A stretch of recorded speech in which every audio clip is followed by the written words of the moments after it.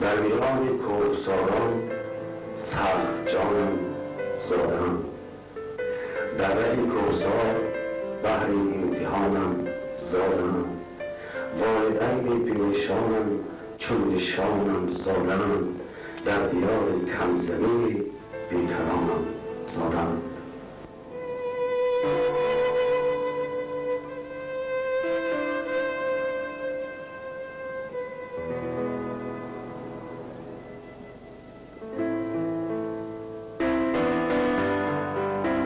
کوهستان ما خیلی کوهستان سخت است و دور دست و در بچگی ما برای روزگار برو میکردیم و در اون صخره‌ها ما خرسنگ بودیم. در اون خرسنگ‌ها باید پاره آهن هر کدام ما بچه‌های 9-10 ساله در سنگ‌ها نام ما حق میکردیم که نام ما جاویدان بماند. در بهار خیلی سیم شدید آمد. ما وقتی سیم باید بچه ها همه در خانه ها پنهانش می‌تازه اما بوی سیم نفس سیم بسیار مثل دمی کوه بود، دمی اجده ها هست. اما روز دیگر به صورت بود سنگ ها رفتیم دیم من سنگ رفتیم هم آنها و بعد من پیش خود اندیشه کردم بهتر اندیشه کردم که این در سنگ نامونشتن یعنی هیچ معنی آن ندارد که نامت جاویدان شد یا خواهد شد، بلکه گفتم با کاری با نامی کارگاهداری ماندگار آدم باید نامش در دلهای مردم در ذهن مردم در خاطر مردم میرسد.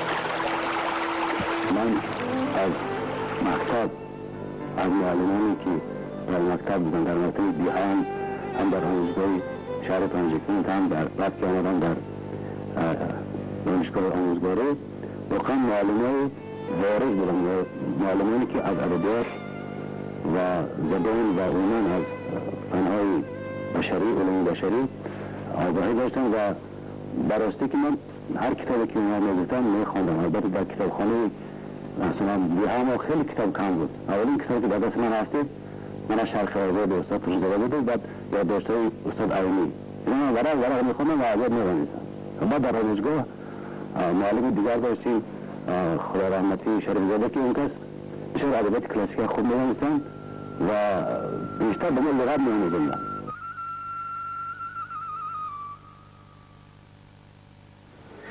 گرچه می‌گفتند سیروزی بود دنیای من، گرچه می‌گفتند از قسمت بود فردای من، گرچه می‌بستند در گهواره دست و پای من، در زمین بهر تلاشی آسمانم زادم. در میان 4 دیوار بلند کوه‌ها که گرامی می‌کند بر کوه‌ها اندوه‌ها، در قطار قله‌های پاسبان روح‌ها با دل بیدار با روح جلالم زادم.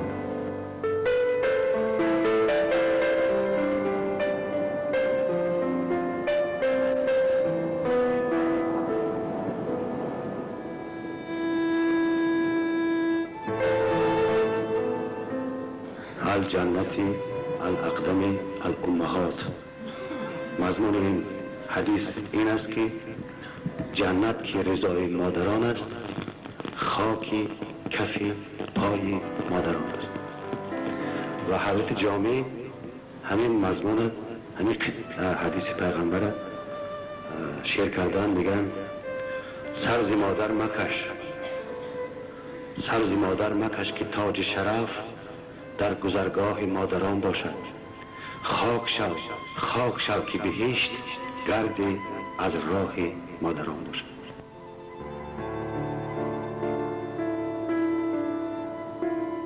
یک شاعر ایران که رحیم معیری نام دارد و اون کس را سعدی آخر زمان میگد که مهربان مادر چو شاخ گل مرا در جهان آب و گل پرورده است. می فشانم خون دل در پای او کو مرا با خون دل پرورده است. و خسرو دهلوی میگد یک شب رنجی و تو مادر کشید با تو جهانش نتوان برکشید.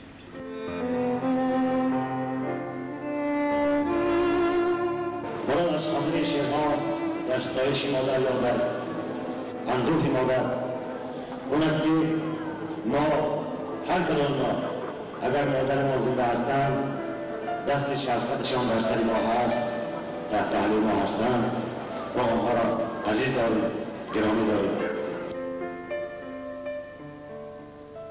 توی فرزندان خود نادیده رفتی مادرم، دانه بچه‌هاش را ناچیده رفتی مادرم.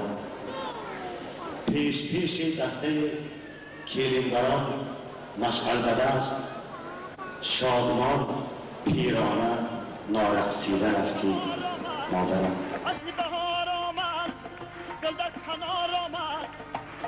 زندگی شاعرانه از تو میراثی من است، این زمین و این زمانه از تو میراثی من است.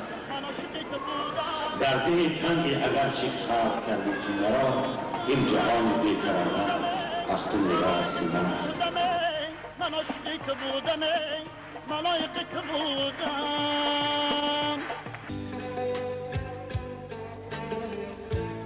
بارگاه موسفیدان خداترس و بهار، بی سواد اما سواد آموز سر آموزگار، با شفاعت‌های کمپیرهای بی جان ایثار، بحری حاضر بحری فرد و این جهانم زادم. مردها باید دانند، فرزندها باید دانند که به بهشت اول به رضایت مادر. بنابراین ما همه روز در این لحظه که پدر و مادر ما زنده هستند، قبلگاه میگن هم پدر هم مادر، قبلگاه های ما زنده هستند، ما به قبله های زنده خود سجده داریم و پدر و مادران خود سجده داریم، خدمت آنها را بکنیم، بعد دیر میشه. دشم به شهر آبادان، دشم به شهر آزادان، برم هیر میشورم جوانی تب. پیش که اول دوره سرمازده نارسیده می‌کشد از شاخسار، ریشه در آب دارد نخل اون، باز آرد بار در دیگر بهار، ایدیل شوریده باش. من سفر کردم به ملک شادی، کوروارم غیر تو چیزی نداشت، از تمام گنج‌های کوهسار غیر تو سنگی شرخیزی نداشت، ایدیل شوریده باش. از بیابان پشیمانی گهی سوی یار رفته آوا میکنی، گاه با هر چی نصیبت شد جهان شکر میدونی مراسا میکنی، ایدیل شوریده باش. زندگی مجموعه بیش و کمیست، هر شبی در آسمان مهتاب نیست، حزن باشد دوست می‌دارد کسی، سر امان باشد کلاه نایاب نیست، ایدیل شوریده باش. تو چرا در این جهان تندرو، شاعری عاشقی دیوانگی است، هر که بگشاید دل بگشاده، کار او پرواز مرغ خانگی است، ایدیل شوریده باش.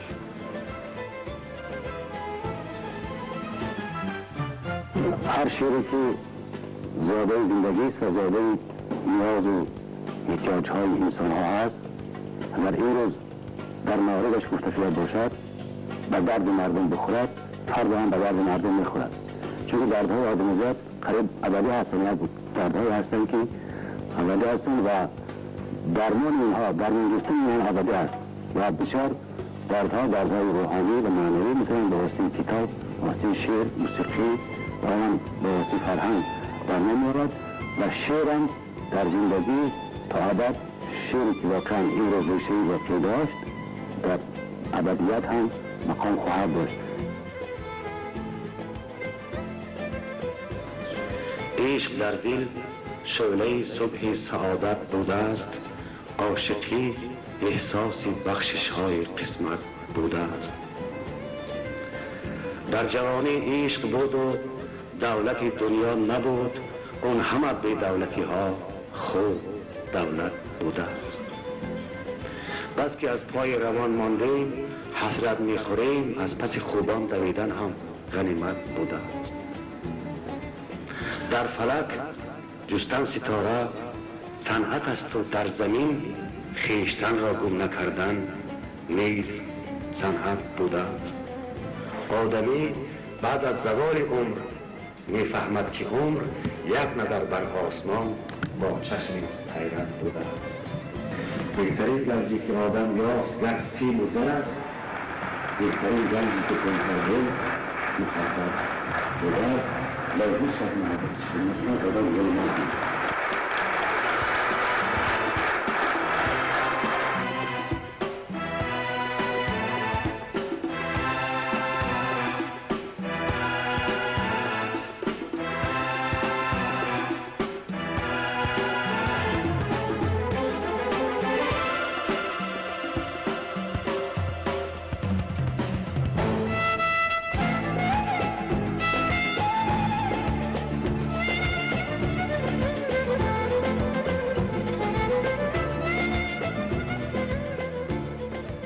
واقعی من استاد توزده هستم و دوم استاد من استاد محمد قناعت هست. استاد توزده میخواندن خوب یا بد میگفتن، اما ریزکارهایی که در شعر هست مثلا یک جا زیاد، یک جا کم، هر روز خراب، قافیه خراب، این کارهای استاد محمد قناعت به من یاد داد. دست من در شاعر راست کردگی استاد محمد قناعت هست. اما استادی واقعا معنوی ما در محیط ادبی سالهای 60 تا وفاتشان استاد ترزاده بودن و بعد استاد باقر همزاده بودن. این نسلی که ما، هم نسل من که 60 ساله انشالله میشه، همش مدیونی یا قرضداری خدمت‌های استاد ترزاده رحمزاده و اون قناعت و بعد رجب طالب اینا هستن.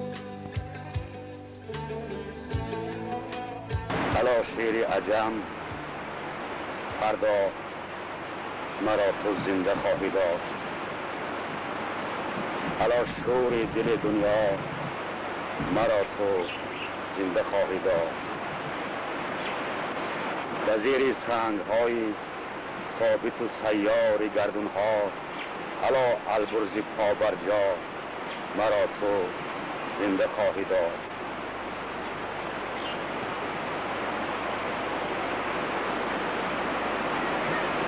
بسا شیری تری دنیا بود اندر لبی دریا، الا شیری تری دریا مرا تو زنده خواهی داشت. اگر لک لک دل پاکی، تک تک در دل خاکی، الا فرشی زی عرش اولا مرا تو زنده خواهی داشت.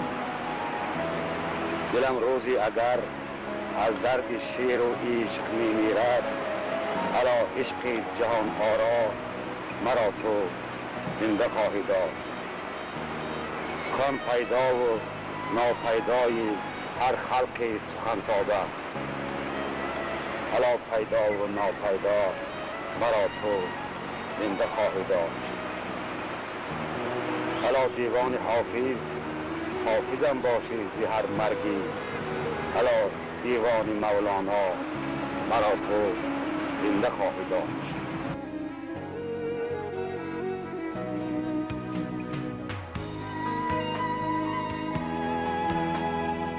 آدمی که شعر جهان خوانده باشد و دوسته شعرت خودش باید خانه نباشد. استاد توضیح میدیدن که شاعرای بزرگ شعر خوبشون در گور میگیرن، یعنی آرزوی شعر خوب به گور میبرن. یکان شاعری که اصلاش خانه باشد در شاعر نیست. از آن شعری که تا 60-70 سال که ما میبیند اگر اصلاش راضی باشد و شاعری بزرگ نیست. انسان از او بازم میگن رودایی معلومی که میگد از ماه گرفته تا به ماهی مایی گنجینی اسرار الهی مایی. یعنی در روی زمین و در زیر آسمان انسان یک آفریده بهترین تاج آفرینش جوهر آفرینش که خدا میگوید انسان است. بنابراین وقتی انسان تنها در فضای کائنات می‌بینید یکم روحش به بالا میرد، روحی همیشه به سوی آسمان ها به سوی خدا میبرنده میشد. چنانکه باز مولوی میگوید ما زی بالا میرویم، ما زی دریا میرویم، ما از اینجا و از اینجا نیستیم، ما زی بیجا میرویم. بناهای آباد گردد خراب زداران از تابش آفتاب. پیفکندم از نزد کاخ بلند که از باد و باران نیابد گزند. بسی رنج بردم در این سال 30 عجم زنده کردم بدین پارسی. نمیرم از این پس که من زنده ام که تخم سخن را پراکندم.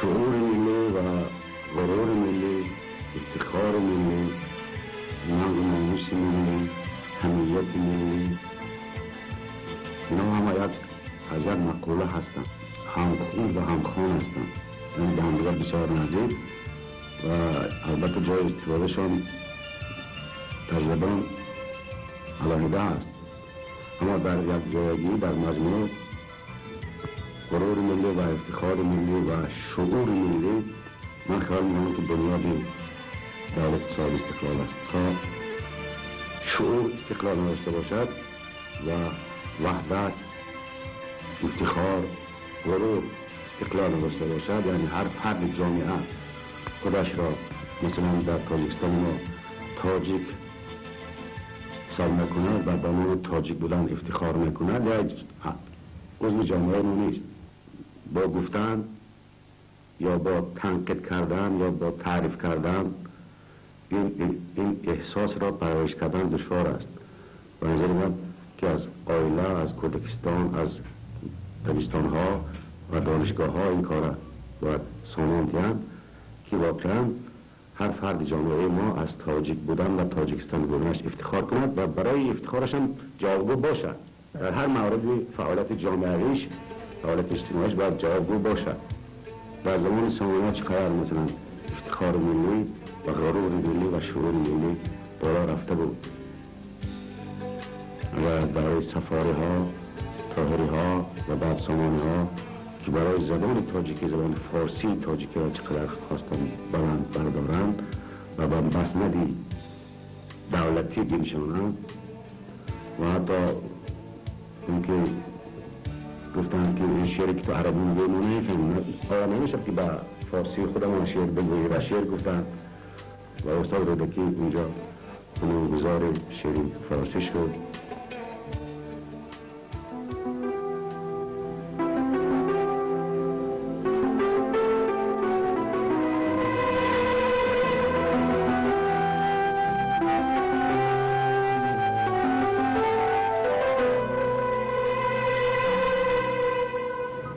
چی شد آن پاک دستی ها خدایا، چی شد آن سرپرستی ها خدایا، میان کوه های آسمان سای چی پستی ها خدایا. شیده ما تنگ دریا بشکند، خامه ما پخته ها را بشکند. اونقدر سنگین مزاج و محکمیم کوزه ما سنگ خارا بشکند. سردی رو سردست و جان بشکستیم تا تلسم راه فردا بشکند. اونقدر ساغر شکستیم از الان تا که سطح راه فردا بشکند. ما از آن میدان غریبان نیستیم که دل ما به تقاضا بشکند. گردون گردان بشکنیم پیش از آن که گردن ما بشکند.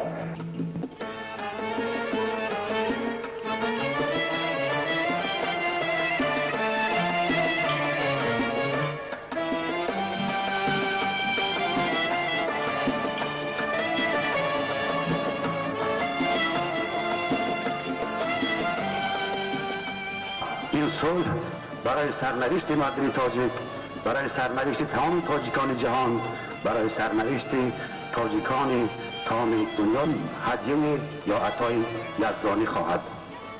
رحم پروردگار ما آمد، نور حق بر دیار ما آمد. جنگ بنیاد سوز ما بگذشت، صلح بنیاد کار ما آمد.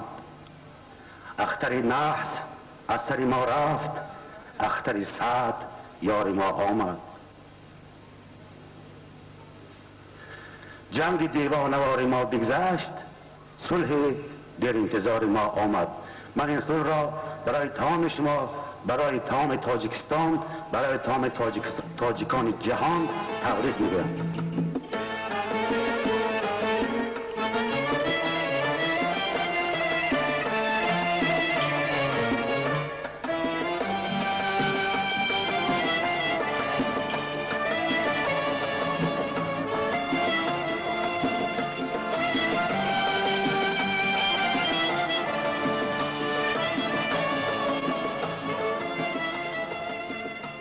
در این چند سال شاعری من بسیار از مردم مکتوب میگیرم که خب زندگی همونطور است، مرگ و حیات پشت هم هستند. زندگی همونطور است، مرگ حیات است، حیات است مرگ. که برای سنگ گور قبلگاهم، مادرم، پدرم، برادرم، خواهرم، فرزندم، دخترم یک باید فرستید که من در سنگ گورش حق کنم، یعنی ثبت. این خبر مکتوبی است که من چند جزوه بسته ماندم و یک انسان نمیتواند که به همین مکتوبها جواب داد، زیرا زندگی مرگ ابدی هست. یعنی همینطور بیتها در ادبیات هزار ساله ما اونقدر هستند که اونقدر مرثیه ها هستند، اونقدر مثلا بیتهای در قبرستان های سمرقند، بخارا و خوجند هستند. اگر قبرستان های کهنه را بدید، هر سنگ های مرمر بسیار عالی‌جناب، سفید یا سیاه یا گهواره‌سنگ و با بیت های سعدی و حافظ اینها که آدم واقعا جای زیارتگاه حساب میکند. و من از ادبیات هزار ساله من این بیت ها را جمع کردم. یک پسر گم کرد یعقوب، هر به چشمش کوه، چون نگریم من که یک عالم پسر گم کردم. آرزوهای جوانی یک به یک برداد رفت، آرزوی مرگ دارم از خدای خویشتن.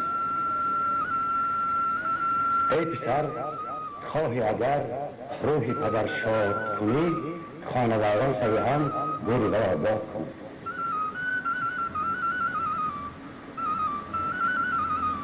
بی‌طاعت و دین بهشت رحمان مطلب، به خاتم حق تخت سلیمان مطلب. چون عاقبت کار اجل خواهد بود، آزار دل هیچ مسلمان مطلب. ما هیچ، زمانه هیچ، دنیا همه هیچ. ای هیچ ز بحر هیچ بر هیچ مپیچ. دانی که ز آدمی چی باقی ماند، مهر است و محبت است و دیگر همه هیچ. دنیا به مثال تیر پرتافتنی است، در کاوش او مشو که ناکافتنی است. هر چیز بجوی اندران خواهی یافت جز صحبت دوستان که نایافتنی است. به قبرستان گذر کردم کم و بیش، بدیدم قبر دولتمند و درویش. نرفته بی کفن درویش در خاک، نه دولتمند برده یک کفن دوش.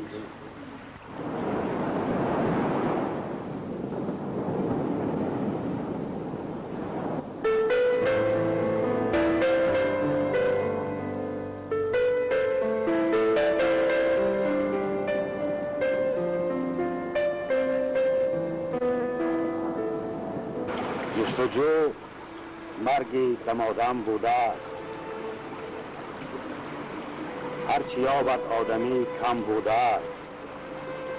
این همه ناآدمی هایی که هست یادگار از ناف آدم بوده است. دریا مرا که زیر یابم یارا، بشمار مرا که بهتابم یارا.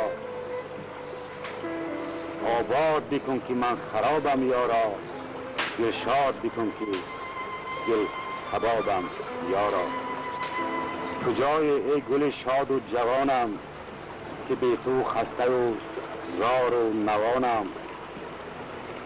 که رفتم دور زاغوش منیرت، ز نورستان و گورستان روانم. بر 60 رسیدم و بر 60 افتادم، از کله آرمان و پست افتادم. آن صید رمیده که پیشا بودم، با پای خود آمدم و دست افتادم.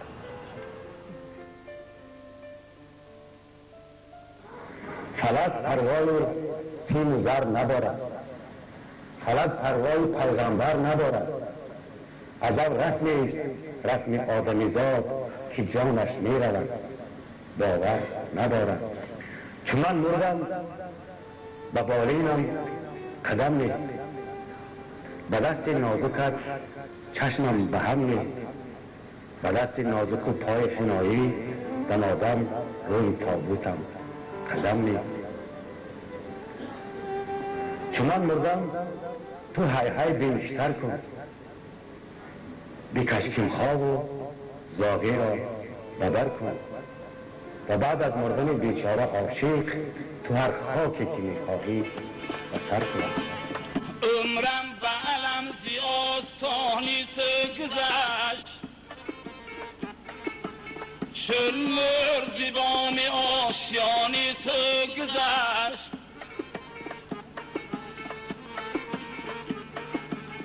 گوین اگر گذشت لایق زی جهانی،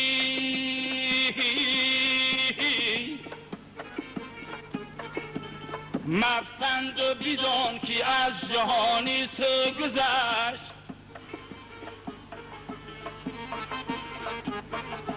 مپسند و بیدان که از جهانی گذشت.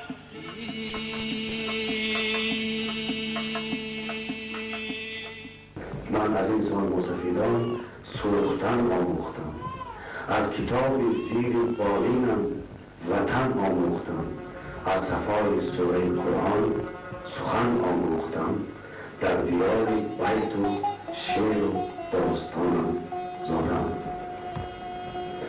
گرچه در بزم بزرگان کودکی گهواره‌ام، با همان همظرفی خود جز به این سیاره‌ام.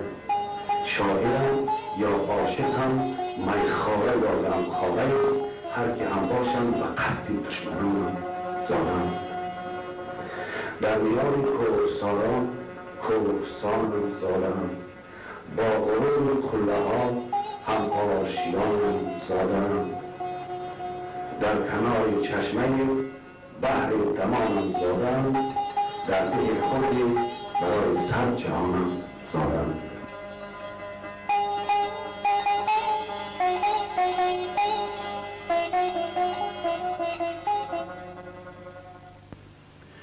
از نیمه سالهای 60 ادبیات ما را جستجوهای نوی استتیکی، روحیه خودآگاهی، تلقین حافظه تاریخی خلق، خصوصا ارزش‌های معنوی سرتاپا فرا گرفت.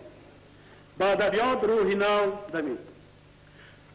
در این میان لازم می‌دانم خدمت‌های پرارزش شادروان لایق شیروی را در تلقین شجاعت ادبی، روح ملی و وطنداری، ستایش مادر و زبان مادری، احیای بسیار سنت‌های شعری عالمگیر ما با سپاس و احترام خاص یادآور شوم.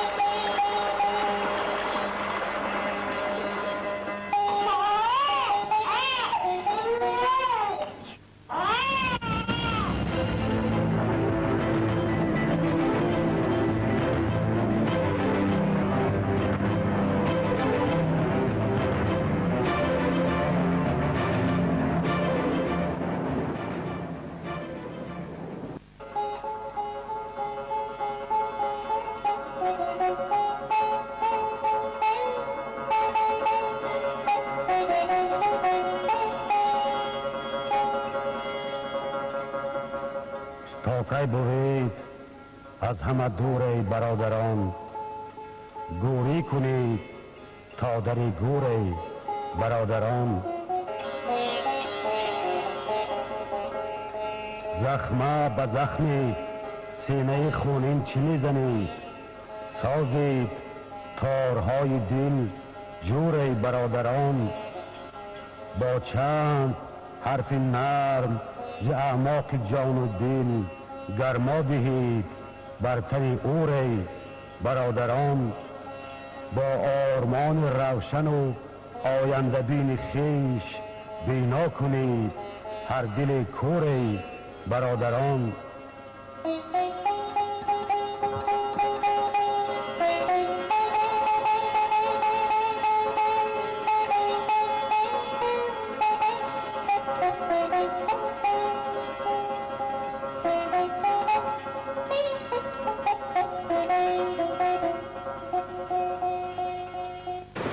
استاد لایق از بزرگترین و تواناترین شاعران تاجیک در سده عصر 20 در سده 20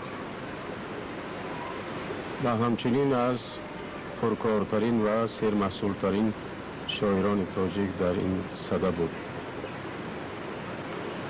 استاد لایق در پیشبرد ادبیات کنونی تاجیک خاصه در شعر معاصر تاجیک خدمت‌های بزرگی انجام داده است. یک کاری که لایق در شعر معاصر تاجیک کرد این آن بود که تار و پود شعر معاصر تاجیک را نو کرد. شعر تاجیک را از عمومی‌گویی، از قالبی‌گویی، از نامشخص و نامعین گفتنها، از بی‌عنوان گفتنها رهایی داد و برای شعر معاصر تاجیک فضای معین، مکان مشخص و زمان معینی را ایجاد کرد، آفرید و استاد لایق موضوعها و مضمونهای تازه را، گفتن مضمون و موضوعهای تازه را به رسمیت در آورد در شعر تاجیک.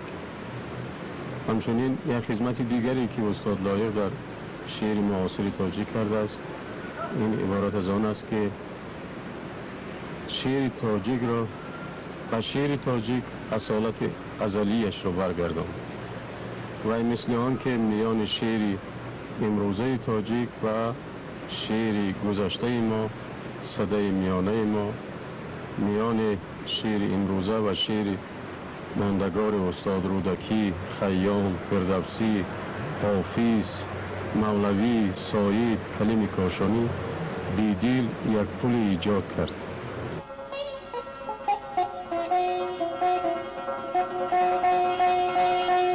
آن سنگ دل به شیشه این دل چی میزنید؟ انشا کنید معبد نور برادران. عذر آورید از سر مردانگی یکی آزرده اید در دل مور برادران. یک شوربخت تا شود خوشبخت بگذرید از این غریب و غلغل و شور برادران.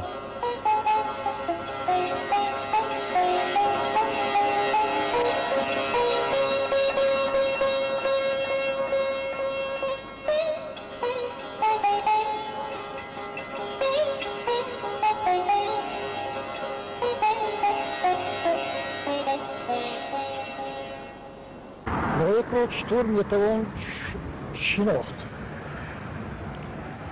اگر غیرت، همت، مردگری رو در یک تن جمع آوریم می شود لایق. و اگر بر آنچه که گفتیم مطالعه دائمی، فهمیش بسیار نازک زبان مادری، تشبیهات‌های ایجادی، غم ملت، غم فرهنگ، غم بهبودی روزگار مردم و امید و آرزوی به یک روز نیک رسیدن این دولت و این ملت و این خلق زن نماییم، فراهم می آید شعر استاد لایق. لایق و دوشنبه از یکدیگر جدا شدنی نیستند، جدا نیستند درستش، چون که لایق را لایق کردگی شهر دوشنبه است.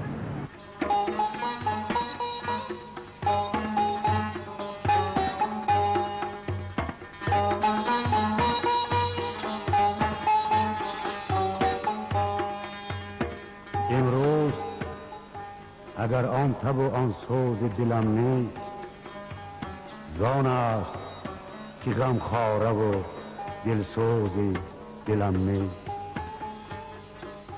این ساعت و این لحظه و این آن گریزان هر روز خدا هست، ولی روز دلم نیست.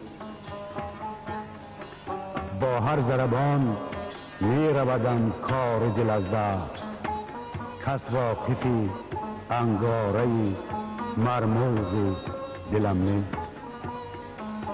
من ماندم و دل مانده و ویرانه سینه، در مشکل دل مصلحت آموز دلم نیست. روزی که تنم مرد کفندوز تنم هست، روزی که دلم مرد کفندوز دلم نیست. روزی که تنم مرد کفندوز تنم هست، روزی که دلم مرد کفندوز دلم نیست.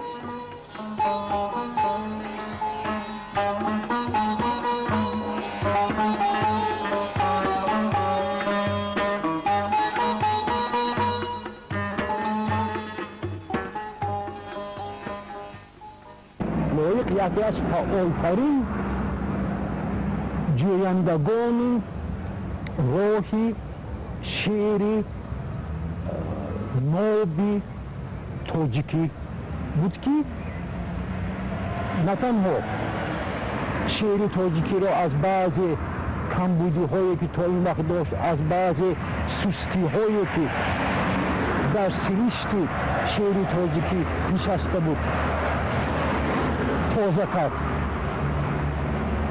بلکه موافق زمان خودش، موافق مهمترین روندهایی که در زندگی مردم ما جریان داشتند سخن شاعرانه نو گفت. مومن قناعت در یک سخنرانی خود گفته بود که شعر لایق شعر روشن است. در حقیقت سروده های لایق در نهایت روشنی، گویایی، گرایی، خیلی ساده، خیلی مرکب در عین زمان، خیلی صمیمی و همیشه یا اگر همیشه نباشد در اکثر موردها، خصوصا در سالهای آخر پر از درد بود.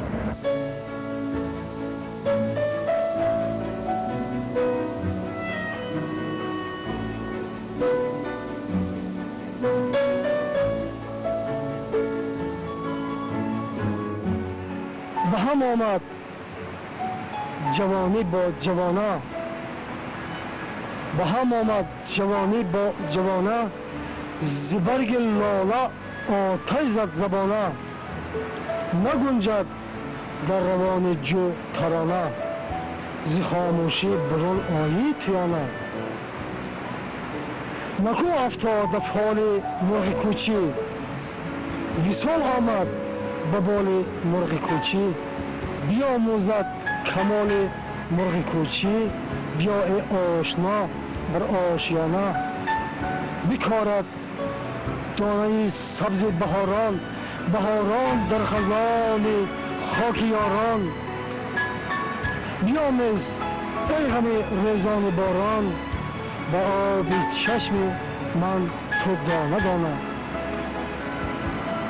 زی کوچه دوش بگذشتم خیالی، راه سوز دل کشتم خیالی، دو بیتی خسته بنوشتم خیالی، که از ارمان من ماند نشانه. صفی کاکل با هم پیچیده می رفت، نبان غنچه گل خندیده می رفت، دلی به خود به خود بالیده می رفت، ولی لایق نبود اندر میانه. و صبر خرمنم را باد کردم، با گوشی واژه ها فریاد کردم، غم 100 سالم را شاد کردم، که آسان نیست مرگ عشقانه. و ساغر درد خود گفتم نگفتم، با دختر درد خود گفتم نگفتم، با دفتر درد خود گفتم نگفتم، که در جانم بماند جاویدانه.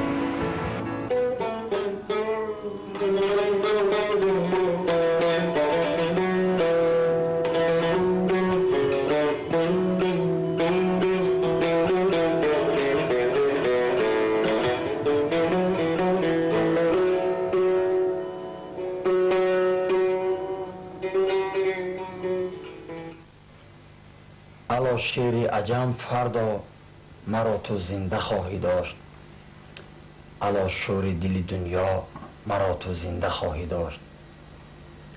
وزیر سنگ های ثابت و سیار گردون ها، الا البرز پابرجا مرا تو زنده خواهی داشت.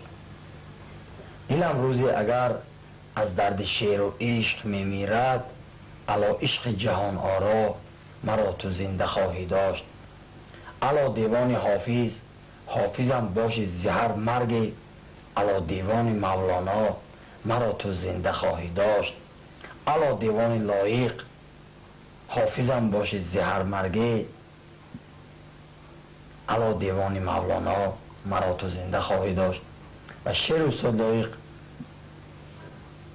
ما را به جاده سرود صنعت یک راهنمون بود، راهنمون هست و میتوانم گفتم که شعر استاد لایق به بسیار حافظای بزرگ تاجیکستان دوا بود و دردشان به موسیقیشان و از آن جمله به منم شعر استاد یک متکا، یک پشت پناه، یک دل گرم نسبتی شعر و غزل، نسبتی آهنگ و ترانه.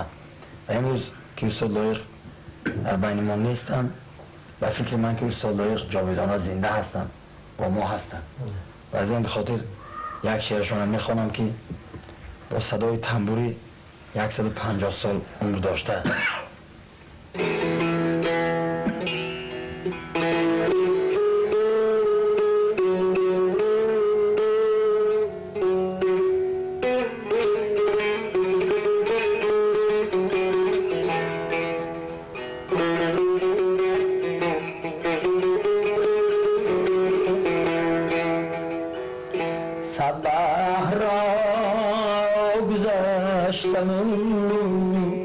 در ساحلم هنوز صد باغ میوه چیدم بی حاصلم هنوز صد مرگ پشتی سر شد صد در زیر پا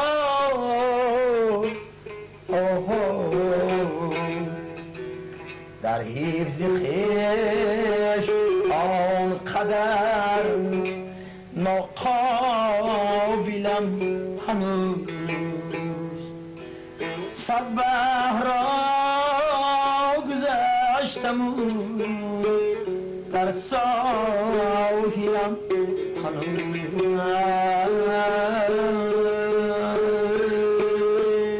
اسیرم من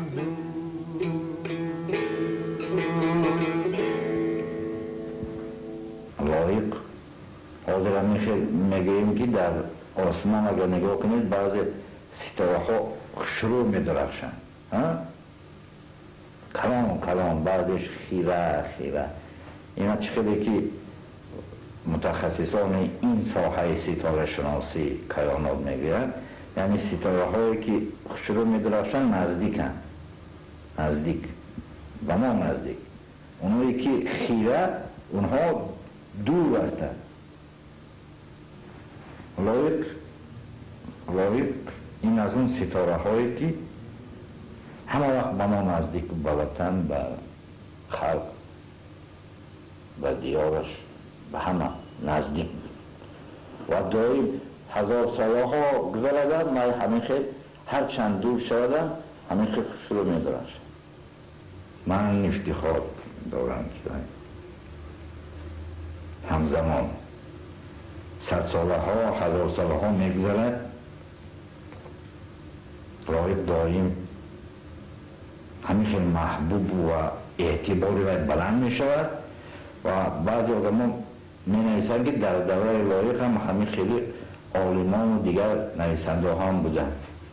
خیلی که ما حاضر دوره پیش می نویسیم در باره شاعران و نویسنده ها و دیگر ایجادکاران همین خیلی بعد 100,000 سال می نویسند. ما افتخار داریم که در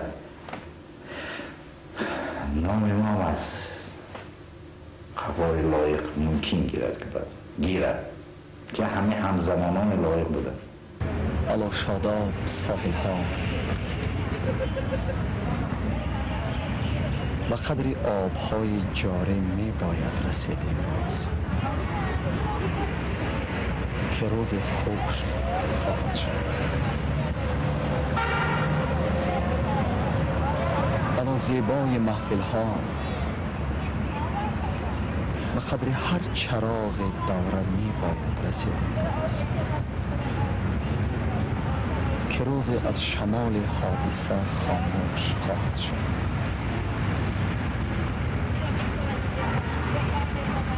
علی رهجوی منزل ها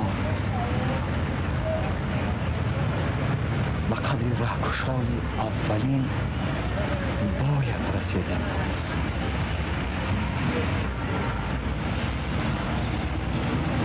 که فردای شما هم یک زمان درست خواهد شد.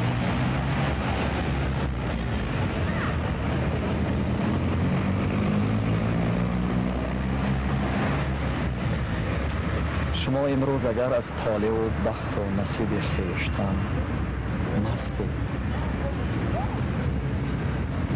در آغوش بهشت دلبران گلبدن مستید، ز عطر کاکلان و گیسوان پرشکن مستید.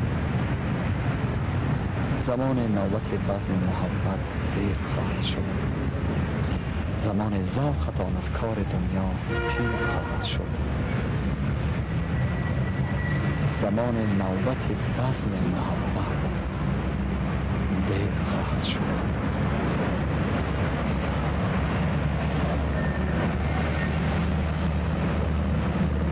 حالا به درد و به غم ها که فرق صورت و سیرت نمی‌دانید، به قدر نازهای یار می باید رسیدن است. به قدر لحظه دیدار می باید رسیدن است. به قدر ساق سیمین، به قدر چهره بیچین، به قدر یار گل رخسار می باید رسیدن است. و پای آن درختی که نشسته با نگار دوش، و پای آن درختی که نشسته با نگار خوش، دمی از عاشقی دارید نقد روزگار خوش.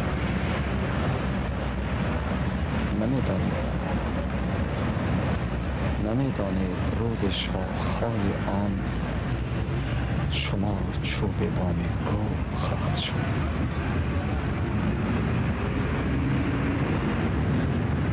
و پیشی بزم چشمان شما گریان می رقصد، زی سر تا پای می لرزد، به خود چون مار می پیچد. اگر قدرش نمی دانی روزی همچون زهره رقاصه تا فلک ها دور خواهد شد.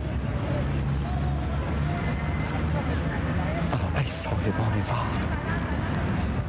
وقتی خیش دریابید، شما حالا جوان و شادمان و کامران و زنده اید. آخر چو روزی بر مزار سرد میخوابید،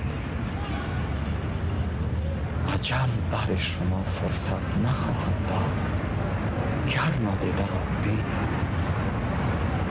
گل ناچیده را چین و یک دم در غمی گم کرده های خیشتن گیرید، و یک دم آنچه را نگرفته بودید از جهان، و یک دم آنچه را نگرفته بودید از جهان گیرید. شما ای صاحبان وقت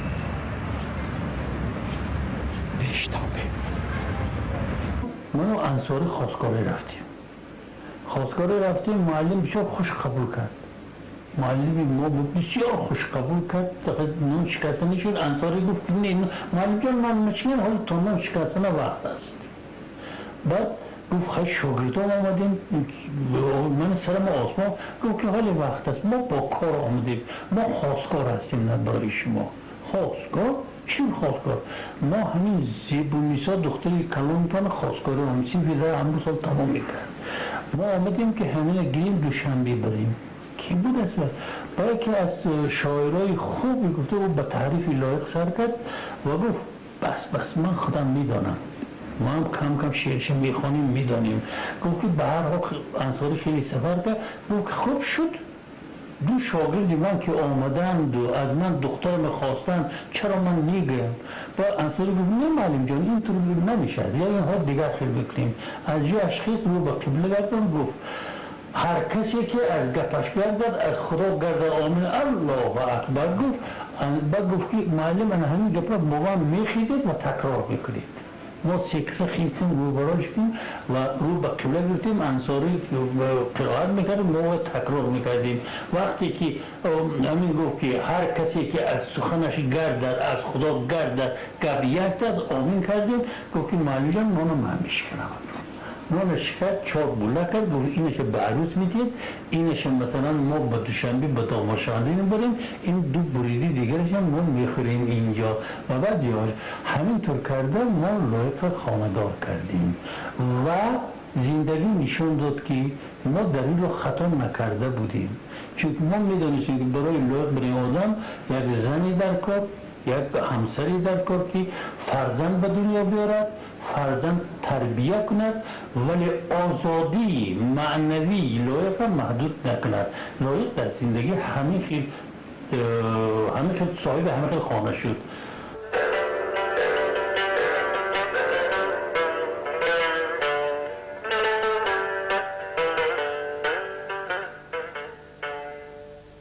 اگر عشق تو مردی را به منزل برد خوشبختی، زبین موج طوفان ها به ساحل برد خوشبختی.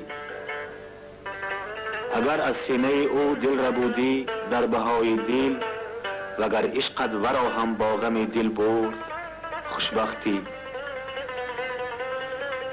تو عشق آوردی و عالم سراسر شاد شد از عشق، زمین و آسمان با رنگ نو بنیاد شد از عشق.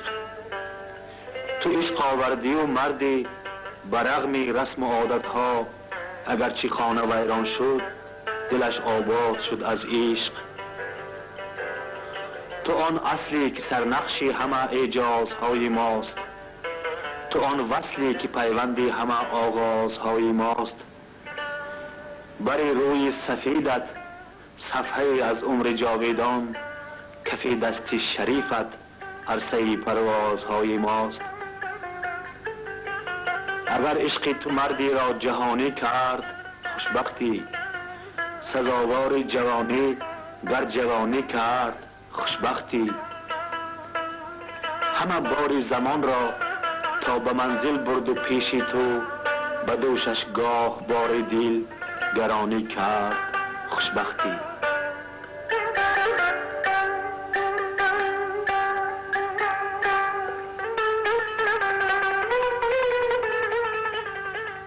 هر فرد جهان دل و مادر دارد، هر شاعری آن کتاب و دفتر دارد. تاجیک به دلنامه و مادرنامه یک لایقی خوشدل و سخنور دارد و من باور دارم که عصرها میگذرند، سالها ماها عصرها میگذرند، استاد لایق باز همچون لایق همچون شاعری تاجیک میمانند و از مکتب اون کس باز بسیاری ها می آموزند.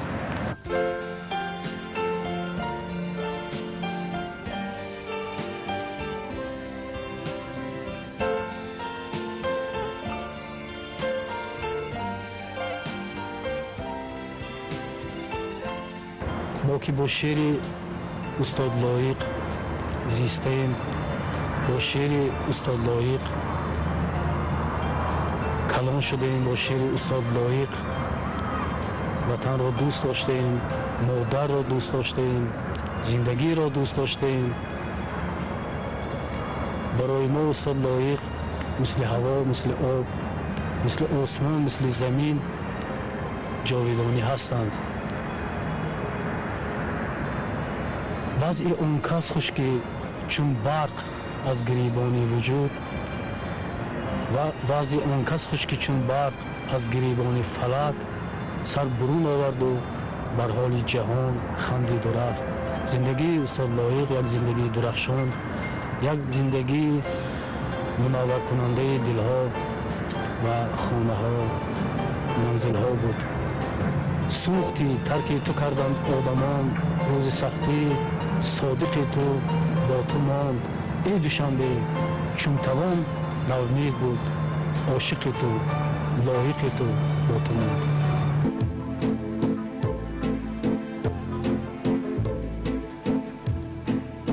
سوزی سینه کبابم،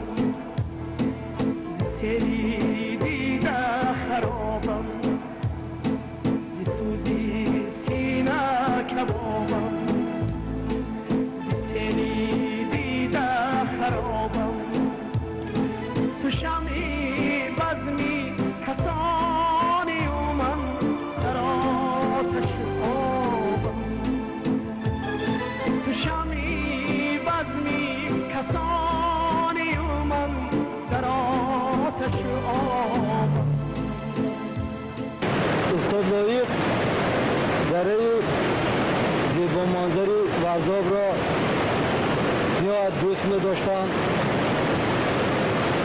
درباره استاد گلنظر ورزاب بهترین معشوقه استاد بود. واقعا درست است استاد تمام مفصول سال اگر یک لحظه وقت پیدا میکردند خودشان را با آغوش ورزاب میگرفتند. وقتا که ما دوستانشان با همراهی میرزابک، صدرالدین، مقصود جان، محسن علی همیشه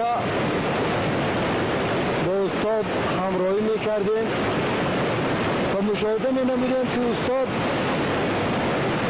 در برابر به ورزاب آمدن و سنگ آن و خاک و کوههای سر به فلک کشیده آن و درختان زیبا، گلهای و گیاهای آن دور و دراز دیده می‌دوختند و ما کوشش می‌کردیم که به آن خلل نرسانیم و می‌گفتیم که اکنون شعر بلند وجود می‌آید.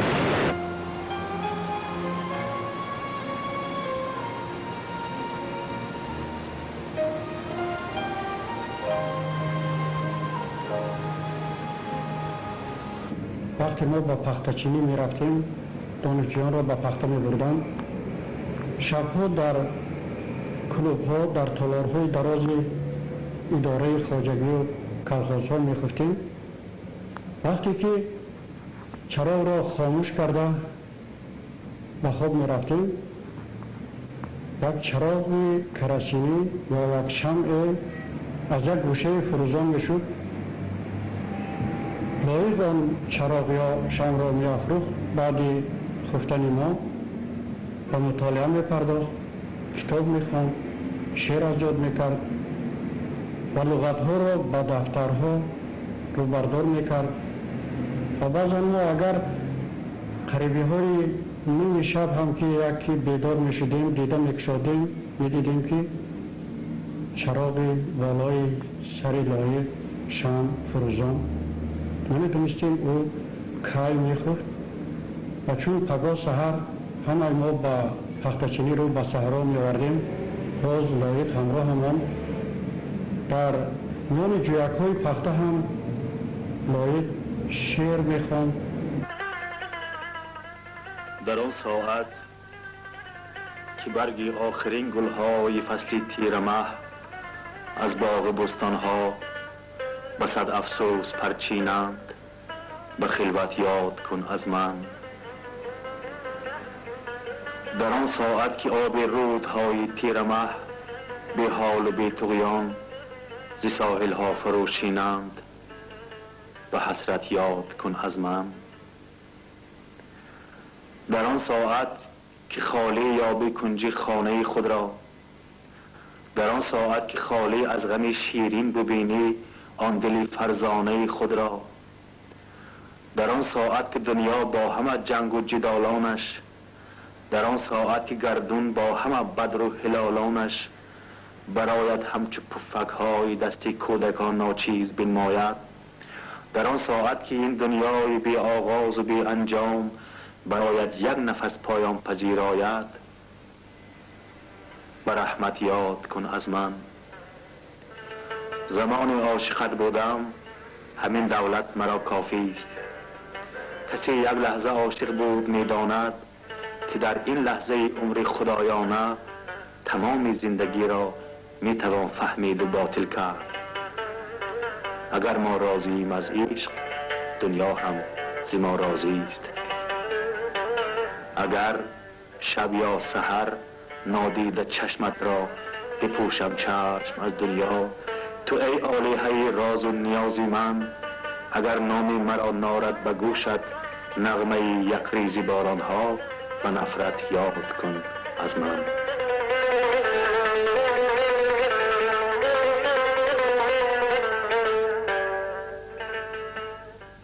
من در زندگیم دو روی سرد را بوسیدم.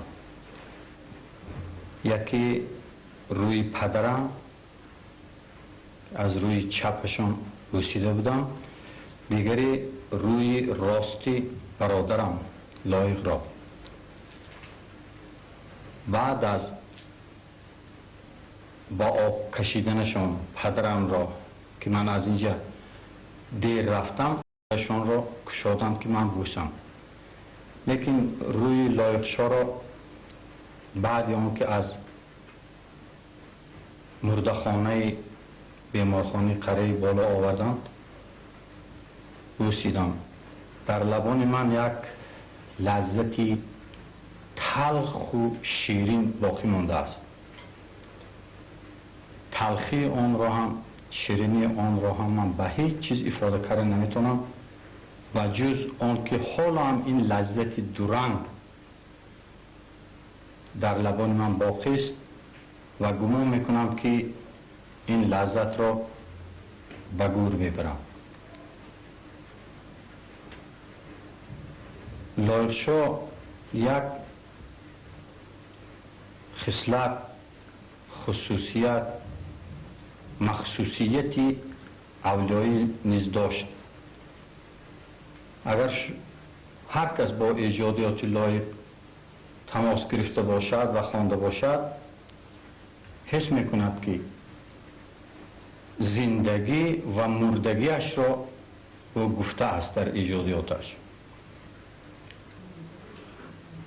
سال قبل 20 می در ساحل کولی کمسمال در یک طرفخانه خردککی تابستانه که نامش ساحل است، 59 سالگی استاد لایق را مردمی نزدیک، دوستان، یاران، فرزندان جشن گرفتند و بسیار این بزم خوش گذشت. نهایت زیبا بود، نهایت صمیمی بود، نهایت طبیعی بود. وقتی که همه گفتنی هاشون را تمام کردن، سخنی آخری را به استاد لایق دادن و اون کس خیلی گفتن که من همین شب دراز خواب نکردم که برای شما چی گویم.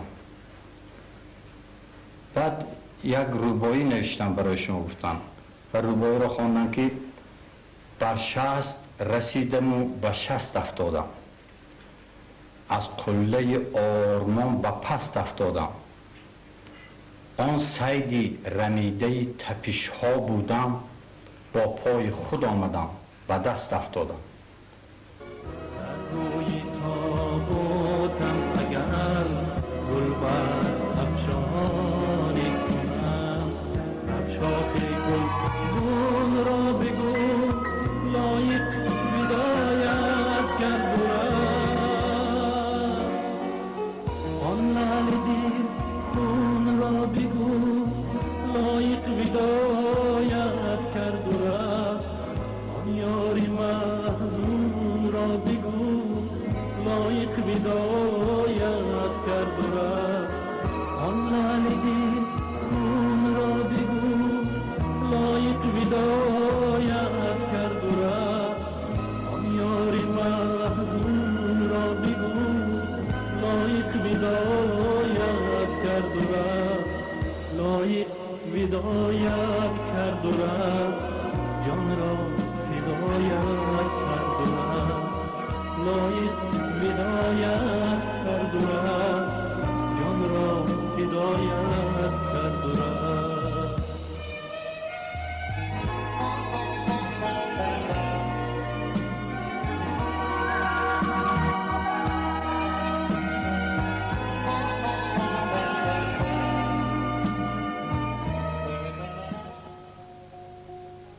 جرس مجنون تنهای بیابان، بسی فریاد زد در خاموشستان. چی فریاده که بی فریاد رسمان؟ سلام ای رفتنت تشریف دیگر، سلام اردو بهشتی تازه و تر. سلام ای لایقی امروز و فردا، سلام ای شاعری خورشید و دریا. سلام ای محتوای عشق و هستی، بمان با ساغری سرشار مستی. بمان ما را وطنداری بیاموز، سواد خویشتنداری بیاموز. تو ای شیر عجم باشی که باشی، علی رغم عدم باشی که